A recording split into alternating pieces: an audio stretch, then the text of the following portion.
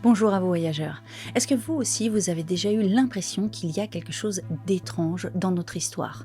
Depuis des siècles, on nous parle de mondes disparus, de royaumes cachés, et on les présente souvent comme des mythes, des symboles, voire des croyances religieuses. Mais plus on creuse, plus une question devient difficile à ignorer. Et si ces mondes n'avaient jamais vraiment disparu? Et si ce que nous appelons des paradis était en réalité la clé pour comprendre certains des plus grands mystères de notre civilisation?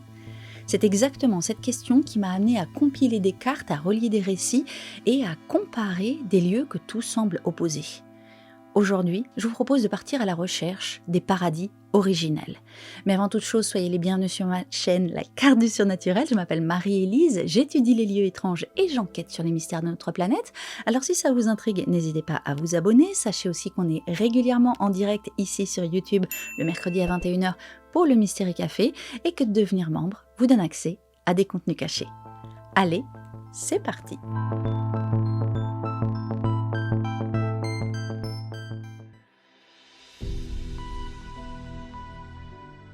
Dans le silence d'un bureau où la lumière est basse, un soupir se fait entendre. Sur la table, des cartes, des dizaines, certaines anciennes, d'autres modernes. Des notes, des annotations, des fils qui relient des lieux éloignés de milliers de kilomètres. Andrea est là depuis longtemps. Elle ne cherche pas un lieu précis, ni une ruine, ni un trésor. Ce qu'elle cherche, c'est un schéma pour comprendre. Des récits trop éloignés pour être liés. Des civilisations trop différentes pour se ressembler. Et pourtant, toujours les mêmes descriptions. Un monde stable, un monde avancé, un monde où le vivant, le savoir et la société semblent fonctionner ensemble, sans friction. Andrea s'arrête. Elle recule légèrement sa chaise. Sur le mur, une carte du monde. Une carte annotée, traversée de lignes, de flèches et de noms effacés puis réécrits. Quelque chose ne colle pas. Ces civilisations n'auraient pas dû savoir ce qu'elles savaient. Pas à cette époque, pas de cette manière. Et pourtant, elles décrivent toutes le même type de monde, avec des mots différents, des mythes différents, des noms différents. Andrea se penche à nouveau sur ses notes et pour la première fois depuis longtemps, elle n'a pas l'impression d'accumuler. Elle a l'impression de se rapprocher. Ce qu'Andrea est en train de toucher du doigt, c'est pas une légende et c'est pas un paradis au sens religieux. C'est une question. Une question qui traverse toutes les cultures, toutes les époques et qui revient toujours sous la même forme. Et si certaines civilisations avaient atteint un niveau de compréhension que nous avons perdu? Alors quand on formule cette question aujourd'hui, on a tendance à la ranger du côté de la fiction. Et pourtant, il suffit de voir l'impact qu'ont eu des films comme Avatar. Pas parce qu'il montre un futur technologique, mais parce qu'il montre autre chose, une civilisation en symbiose, une technologie organique, un monde où le vivant, le savoir et la société sont alignés. Et surtout, un monde qui nous semble immédiatement familier. En fait, c'est pas un futur, c'est une nostalgie déguisée. Et si cette image idéalisée n'était pas une projection, mais un souvenir collectif déformé? Quand on parle de paradis, on imagine souvent quelque chose de religieux, un jardin parfait, une île bénie, un royaume sacré, un lieu promis, puis finalement perdu. Mais si on enlève la croyance, si on enlève la promesse morale, qu'est-ce qu'il reste? Il reste quelque chose de beaucoup plus troublant. Dans toutes les cultures, ces lieux que l'on appelle paradis sont décrits de la même manière, avec exactement les mêmes caractéristiques. Platon, dans Timée et Critias, daté de 600 ans avant notre ère, parle de l'Atlantide comme une puissance technologique et architecturale capable de maîtriser l'eau, l'énergie et l'organisation urbaine. Ça, on en a parlé dans l'épisode précédent, mais pour bien resituer, je précise que Platon ne présente pas l'Atlantide comme un mythe religieux, mais comme un récit transmis par Solon, lui-même informé par les prêtres égyptiens. Dans les textes indiens anciens, certains âges mythiques comme le Satya Yuga décrivent des sociétés où le savoir est complet, stable transmis sans perte. Le Satya Yuga, on y retrouve référence dans le Mahabharata, qui est dans les parties cosmologiques, dans le Vishnu Purana et dans le Bhagavata Purana. Donc ça, c'est pour les textes. Et là encore, comme pour Platon, les textes ont été compilés entre moins 500 et plus 500 de notre ère, mais ils sont issus d'une tradition orale bien plus ancienne. Et le Satya Yuga est présenté comme le premier âge du cycle cosmique et il est décrit comme un âge d'harmonie totale. Un moment avec une humanité moralement et intellectuellement complète, absente de maladies, de mensonges, de conflits et d'une longévité exceptionnelle. Très clairement, le Vishnu Purana évoque des humains vivant des milliers d'années et la connaissance y est innée, donc non acquise. Et dans les textes indiens anciens, le savoir ne se développe pas. En fait, il est déjà là. On parle de sociétés stables, sans conflit majeur, et ces mondes sont presque toujours présentés comme antérieurs à la guerre, à la corruption ou à la décadence. La chute n'est jamais progressive, elle est brutale, liée à une rupture, une faute ou un déséquilibre. Mais il n'y a pas que ça, il y a aussi des savoirs médicaux, astronomiques et énergétiques étonnamment précis. Prenons par exemple les Sumériens qui décrivent des connaissances astronomiques complexes dès les premières traces écrites. Alors ça, on le retrouve dans les tablettes cunéiformes sumériennes qui sont datées d'environ 3300-3000 avant notre ère, dans la liste royale sumérienne qui a été compilée 2100 ans avant notre ère et dans une suite de textes qui s'appelle Hymne à Enki. On y trouve des connaissances astronomiques détaillées, avec notamment les cycles planétaires, des mathématiques avancées sur la base 60, avec aussi là des rois antédiluviens au règne extrêmement long. Et quand je dis extrêmement long, c'est pas une extrapolation, puisque dans la liste royale sumérienne, il est mention de règne de plusieurs dizaines de milliers d'années avant le déluge. Et puis les textes antiques évoquent souvent des capacités de guérison, de longévité et parfois même de régénération. Ça, on le trouve dans le monde grec, dans par exemple les Travaux et les Jours, datés du 8e siècle avant notre ère, de Hésiode, où il a fait une description de l'âge d'or avec une humanité sans maladie, sans vieillesse et sans souffrance. Pindare, dans les traditions orphiques, parle de notions de régénération, de cycle et de, je cite, retour à l'état pur. Dans le monde biblique, il y a la Genèse notamment, avec la tradition hébraïque qui a été rédigée entre 900 et 500 avant notre ère, avec une longévité extrême des patriarches, notamment Adam et Mathusalem, avec un monde, là encore, antédiluvien, radicalement différent. Mais c'est pas tout, on le retrouve aussi en Chine, Huai Nanzi, qui date du 2e siècle avant notre ère, où il y a une description d'âge ancien où les sages maîtrisent le corps, la longévité et l'harmonie vitale. On parle bien sûr aussi de technologies décrites aujourd'hui comme magiques, non pas parce qu'elles étaient surnaturelles, mais parce que leur fonctionnement dépasse le cadre de compréhension de ceux qui les racontent. Et pour reprendre une formule bien connue, on parle bien là de technologie indiscernable de la magie. Et puis enfin, il y a aussi cette idée d'une organisation collective fluide. Alors ces sociétés, elles ne sont pas décrites comme chaotiques, elles fonctionnent quelque part naturellement. Ce que certains appellent, faute de mieux, une sorte de démocratie parfaite, non pas politique, mais fonctionnelle. Chacun semble être exactement à sa place. Et à ce stade, il y a quelque chose qui devient difficile à ignorer. Ce qu'on décrit là, c'est pas un au-delà.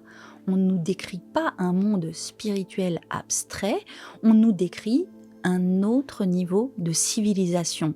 Un monde qui aurait existé avant, un monde dont il resterait des traces, des échos et des fragments. Andrea reste immobile devant son bureau. Les cartes sont toujours là, les notes aussi, rien n'a changé, et pourtant quelque chose a basculé. Depuis des années, elle observe les mêmes motifs revenir sous des noms différents, dans des cultures qui n'auraient jamais dû se rencontrer. Des récits d'un monde avancé, d'un monde qui semble avoir compris le vivant, le temps et l'équilibre. Andrea fronce les sourcils et une question s'impose sans bruit. D'où viendraient ces savoirs? Comment des sociétés aussi anciennes auraient-elles pu développer des techniques aussi fines, une compréhension aussi profonde du monde, une organisation presque évidente, sans point de départ identifiable? Elle feuillette un carnet, puis un autre. Partout, la même chose. Les récits ne parlent jamais d'un progrès lent, jamais d'une accumulation patiente. Ils ne racontent pas une montée graduelle. Ils racontent une transmission. Comme si le savoir avait déjà existé, comme s'il avait été donné ou déplacé. Andrea se redresse légèrement. Et si le problème n'était pas le temps? Et si ce n'était pas une question d'évolution? Et si le savoir n'avait pas disparu, mais s'il avait été mis ailleurs? Un endroit à part, un lieu où le savoir n'aurait pas été détruit, où les technologies n'auraient pas disparu, où une civilisation n'aurait pas connu l'effondrement. Un endroit hors du monde, mis à l'écart volontairement ou par nécessité. Andrea fixe la carte accrochée au mur. Pour la première fois, elle ne se demande plus si cet endroit existe. Elle se demande où le chercher. À partir du moment où cette question s'impose, une autre arrive presque immédiatement. S'il a existé un lieu source, un point d'origine commun à des civilisations avancées, alors il est logique de commencer par l'endroit le plus souvent cité.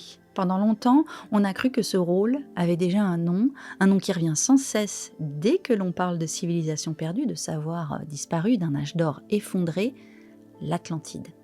Tout semble correspondre à une civilisation décrite comme avancée, organisée, capable de maîtriser son environnement, puis une chute brutale, soudaine, qui entraîne la disparition totale du territoire et de son savoir. Sur le papier, l'Atlantide ressemble exactement à ce qu'on cherche. Et c'est précisément pour cette raison qu'elle occupait une place aussi importante dans l'imaginaire collectif. Elle donne l'impression d'être une réponse. Mais dès qu'on entre dans le détail, quelque chose ne fonctionne plus tout à fait. On retrouve les traces de l'Atlantide partout, sous des formes différentes, dans des mythes, des architectures, des symboles répartis sur toute la planète. En revanche, on ne retrouve jamais un centre clair, un point d'origine indiscutable. On dirait en fait que l'Atlantide semble se fragmenter dès qu'on tente de la localiser. Et c'est à ce moment-là que le raisonnement bascule naturellement. Et si l'Atlantide n'avait jamais été au cœur du système, si elle avait été l'un des lieux où ce savoir s'était manifesté, plutôt que l'endroit où il était né. Une extension, un relais, une colonie au sens large. Et à partir de là, l'enquête change de perspective. Car si l'Atlantide n'est qu'un fragment, alors le lieu source reste à identifier. Et très vite, un autre nom plus ancien, plus fondamental encore, s'impose dans les récits, Éden. Quand on évoque Éden, on pense presque toujours à une image très précise. Un jardin parfait, un lieu clos, un espace symbolique, presque hors du monde. Pourtant, lorsqu'on revient au texte, cette vision est beaucoup plus réductrice que ce qui est réellement décrit. Dans le livre de la Genèse, Éden n'est pas présenté comme un monde céleste ou abstrait, il est décrit comme un lieu concret, ancré dans une géographie reconnaissable, traversé par des fleuves dont certains portent encore aujourd'hui des noms parfaitement identifiables. Le texte évoque 4 cours d'eau, le Tigre, l'Euphrate et 2 autres fleuves plus difficiles à identifier avec certitude, le Fison et le Guillon. Et ce détail est essentiel parce qu'il inscrit immédiatement Éden dans le monde réel, au cœur d'un espace que l'on situe généralement entre la Mésopotamie, l'Anatolie et le croissant fertile. C'est précisément là que l'on voit apparaître les premières villes, l'agriculture structurée, l'écriture, les lois, l'astronomie. Et ce qui est troublant, c'est que cette région concentre aussi un nombre impressionnant de lieux que l'on pourrait qualifier encore aujourd'hui d'énigmatiques. Si on consulte notre carte du surnaturel, disponible en version interactive pour les abonnés, on y retrouve par exemple Göbekli Tepe, en Anatolie, un site daté d'environ 9600 avant notre ère, soit exactement la période évoquée par Platon pour l'Atlantide, un lieu monumental construit par des sociétés censées être encore nomades et dont la fonction reste encore débattue. Toujours en Anatolie, Un peu plus tard dans le temps, on trouve Derinkuyu, une immensité souterraine capable d'abriter des milliers de personnes. D'ailleurs, il faudra que je vous fasse un épisode dédié là-dessus. N'hésitez pas à me dire dans les commentaires si ça vous intéresse. Il y a des ventilations, des réserves d'eau, des espaces de vie, des zones communautaires. Tout y est pensé pour une occupation longue et organisée. Ce type de structure ne correspond pas à une fuite improvisée, mais à une architecture conçue pour durer, comme si on avait anticipé la nécessité de vivre hors de la surface. Et puis plus au sud, au Liban actuel, Baalbek propose un autre type de problème. Les fondations du site, avec leurs blocs de pierre atteignant plusieurs centaines de tonnes, dépassent largement les capacités techniques que l'on attribue aujourd'hui aux civilisations qui les ont exploitées plus tard. Baalbek donne l'impression d'un lieu réutilisé, bâti sur quelque chose de plus ancien, dont la fonction originelle reste incertaine. Entre ces sites, on retrouve les grandes cités de la Mésopotamie, comme Uruk, où apparaissent l'écriture, l'astronomie, les mathématiques, mais aussi les récits d'un monde antérieur au déluge, décrits dans des textes comme l'épopée de Gilgamesh. Là encore, on parle d'un âge ancien, stable, structuré, séparé du nôtre, par une rupture brutale. Et ce qui frappe, lorsqu'on superpose tous ces éléments sur une carte, c'est pas qu'ils donnent une réponse claire, c'est qu'ils se concentrent dans une même région. Une zone où se croisent très tôt l'architecture monumentale, les savoirs complexes, les récits d'origine et les mythes de perte. Et à ce stade, on est d'accord, Éden ne ressemble plus à un simple jardin symbolique. Il commence à apparaître comme une mémoire condensée. Ça serait quelque part une première zone de concentration à interroger. Donc Éden n'est pas décrit comme un ailleurs inaccessible, mais comme une terre précise. Un lieu où le vivant prospère naturellement, sans effort apparent, et où l'humanité vit dans un rapport direct, fluide, presque évident avec son environnement. Vous vous souvenez, tout à l'heure j'ai parlé d'Avatar. On y parle de sol, d'eau, de végétation et de cycles naturels. On y parle aussi de connaissance, de nomination des êtres vivants et de compréhension du monde. Rien n'est abstrait ou symbolique à l'origine. Le symbole, en fait, il viendra plus tard avec des siècles de relecture théologique. Autrement dit, on l'aura compris, Éden n'est pas pensé comme un paradis spirituel au sens moderne du terme, il fonctionne plutôt comme un modèle, un monde cohérent, un monde qui marche. Et la rupture de notre accès donc à Éden ne vient pas d'un effondrement, elle vient pas d'une destruction, elle vient d'autre chose.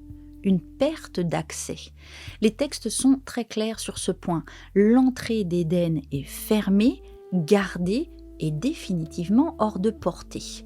Non pas parce que le lieu aurait disparu, mais parce que l'humanité ne serait plus en mesure d'y retourner. Et cette idée, elle change tout. Car si Éden n'a pas été détruit, s'il a simplement été rendu inaccessible, alors il ne représente pas un paradis perdu au sens classique, il représente un seuil franchi une fois, puis refermé. Et une nouvelle question se pose. Et si c'était pas une question de carte, de coordonnées ou de géographie? Et si le véritable obstacle avait toujours été ailleurs? Quand on regarde attentivement les grands récits qui nous accompagnent depuis l'Antiquité jusqu'à la culture populaire contemporaine, on retrouve toujours le même moment clé, celui où un personnage vit dans un monde parfaitement ordinaire, sans le remettre en question, jusqu'au jour où quelque chose vient fissurer cette normalité. Et je suis sûre que vous y pensez aussi, c'est exactement ce qui arrive à Neo dans Matrix. Il part pas à l'aventure pour découvrir un territoire lointain, il découvre que le monde dans lequel il vit n'est pas tout à fait celui qu'il croyait. En fait, le seuil qu'il franchit n'est pas géographique, il est perceptif. Le monde caché était déjà là, superposé au sien, invisible tant qu'il n'avait pas accepté de regarder autrement. Et c'est un point essentiel, Néo ou même Alice au Pays des Merveilles n'accèdent pas à cette réalité parce qu'ils seraient plus forts ou plus intelligents que les autres, ils y accèdent parce qu'ils sont prêts et qu'une porte de perception s'ouvre à eux. Ce schéma, en fait, il se retrouve partout, sous des formes différentes, à des époques différentes, mais avec la même logique. Le passage vers le monde caché ne dépend jamais de la distance à parcourir. Il dépend toujours d'un changement de regard. Et dans presque tous les récits, du coup, le monde caché, il n'est pas introuvable.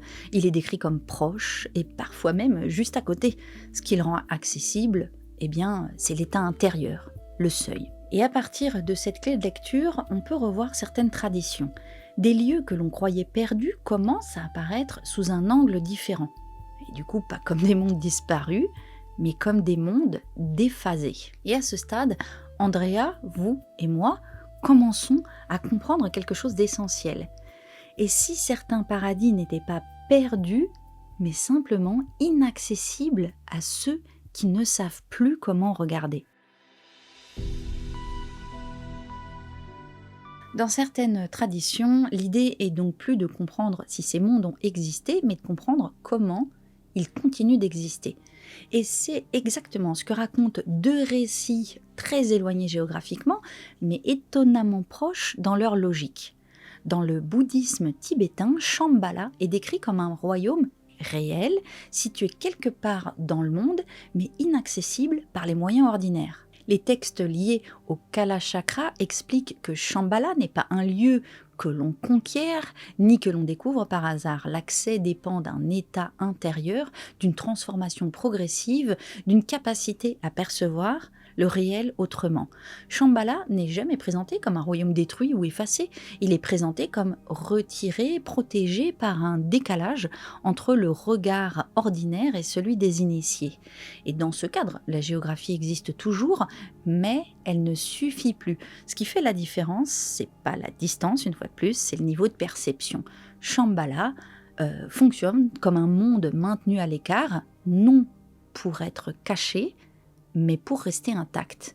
Et on retrouve exactement la même logique dans les récits arthuriens avec Avalon. Avalon, c'est pas une île perdue dans un océan lointain. Elle est décrite comme une terre proche, enveloppée de brumes, parfois visibles, parfois absentes, apparaissant seulement lorsque certaines conditions sont réunies. C'est un lieu de guérison, de transmission, de repos, où le temps semble suivre ses propres règles. Les textes médiévaux insistent sur ce point. Avalon n'a jamais été détruite, elle s'est retirée. Et dans ces deux cas, le mécanisme est le même. Le monde existe toujours, mais il est plus synchronisé avec le nôtre. Il se situe en quelque sorte sur un autre plan de réalité, avec une autre fréquence, un autre rapport au temps et au vivant. Et ce déphasage agit comme une protection naturelle. Il empêche l'accès tant que le regard reste inchangé. Philippe Cadic lui-même disait que la réalité, c'est ce qui continue d'exister quand on cesse d'y croire. Et peut-être que ces mondes retirés, ces paradis originels, fonctionnent exactement à l'inverse. Ils existeraient toujours, mais nous avons oublié comment les percevoir. Andrea se lève et elle traverse la pièce. Elle connaît cet endroit par cœur, les étagères, les livres empilés, les ouvrages qu'elle consulte rarement, mais qu'elle garde toujours à portée de main. Pas parce qu'ils donnent des réponses, mais parce qu'ils montrent comment les gens cherchent. Son regard s'arrête sur un livre précis qu'elle sort lentement de l'étagère. Un de ces livres que tout le monde connaît, sans même l'avoir lu. Un livre qui promet des secrets, des révélations, des vérités cachées derrière des portes fermées. Le Da Vinci Code. Andrea esquisse un sourire. Pendant des années, elle a vu revenir la même idée sous des formes différentes. Le savoir serait caché, enfermé, conservé dans des archives secrètes au Vatican, dans des manuscrits interdits, derrière des murs que seuls quelques élus pourraient franchir. Plus elle avance dans ses recherches, plus cette hypothèse lui paraît insuffisante. Trop simple, trop confortable. Les grandes constructions sacrées, les monuments énigmatiques, les lieux qui fascinent depuis des siècles, aucun ne fonctionne comme une source unique. Ils ne livrent jamais une clé centrale. Ils renvoient toujours ailleurs. Et c'est là que quelque chose s'éclaire. Si certains mondes se rendent accessibles par transformation intérieure, comme Shambhala, si d'autres apparaissent seulement à certains moments, comme Avalon, alors chercher un secret unique, enfermé dans un lieu précis, n'a peut-être jamais été la bonne question. Andrea lève les yeux vers la carte accrochée au mur. Ce qu'elle compile depuis des années ressemble de plus en plus à une carte d'accès. À ce moment précis, je reprends la main. Parce que ce qu'Andrea est en train de comprendre, je l'ai compris aussi et surtout je l'ai noté, recoupé, conservé au fil des années. Cette carte, je l'ai sous les yeux depuis longtemps. Elle ne s'est pas imposée comme une révélation soudaine, elle s'est construite lentement à mesure que les épisodes s'accumulaient, que les lectures se croisaient et que certains lieux revenaient encore et encore sous des noms différents. Quand on prend un peu de recul, quelque chose apparaît. Donc on ne parle pas d'un lieu unique, ni d'un centre parfaitement identifié, mais d'un ensemble cohérent de récits qui évoquent un monde retiré, souterrain, préservé, que l'on appelle parfois Agartha. Ce nom traverse les traditions, change de forme selon les cultures, mais renvoie toujours à la même idée, celle d'un monde maintenu à l'écart et accessible autrement. Et sur cette carte, ce qui frappe, c'est pas l'existence isolée de tel ou tel point, c'est leur cohérence globale. Des montagnes, des zones polaires, des régions creusées, de réseaux souterrains, des lieux associés depuis des siècles à des récits de passage, de portes et de mondes cachés. Pris séparément, chacun de ces endroits pourrait être rangé du côté du mythe ou de la légende locale, mais mis ensemble, ils dessinent autre chose.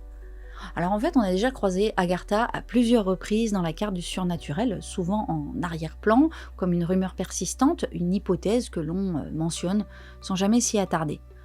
Aujourd'hui, l'idée n'est pas d'affirmer quoi que ce soit, et encore moins de convaincre, l'idée est simplement de regarder cette carte ensemble, calmement, et de voir ce qu'elle raconte lorsque l'on prend le temps de la lire.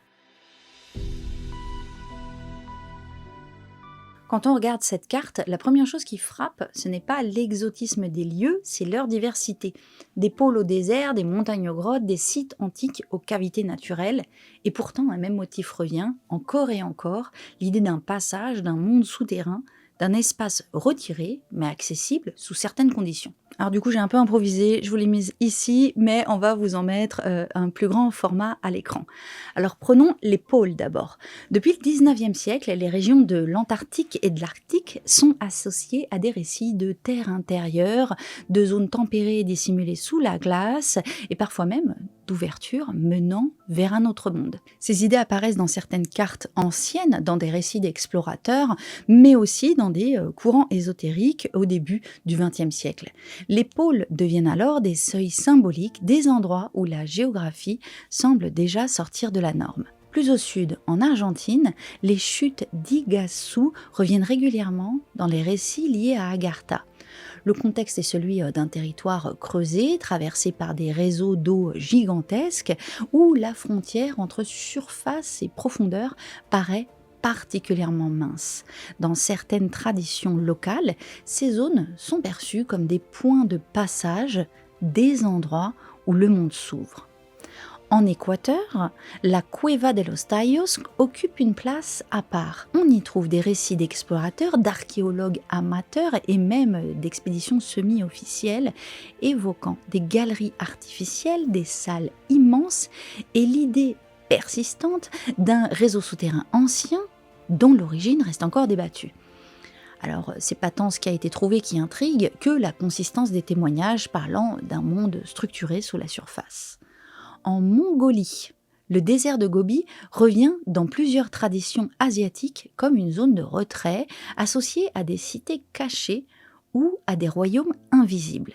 Et c'est dans cette région que certaines légendes situent Shambhala, non pas comme un lieu désertique, mais comme un monde dissimulé derrière l'apparence aride de la surface.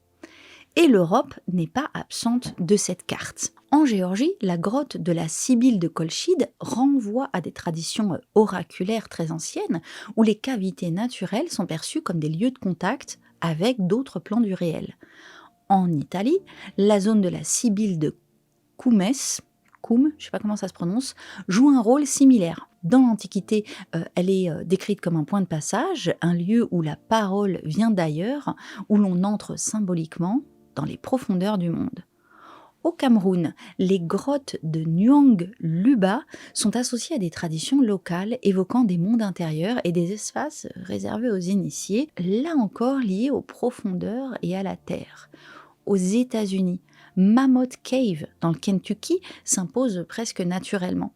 C'est l'un des plus vastes réseaux souterrains connus au monde, un véritable labyrinthe naturel qui a nourri dès le XXe siècle des spéculations sur l'existence de mondes intérieurs et de territoires cachés sous la surface. Au Brésil, le Mato Grosso, dont nous avons déjà parlé, auquel nous avons dédié un épisode, apparaît régulièrement dans les récits d'explorateurs et de chercheurs indépendants, comme une région où se croisent des cités perdues, la fameuse cité Z, des réseaux souterrains et des traditions parlant d'un monde retiré au cœur de la Terre.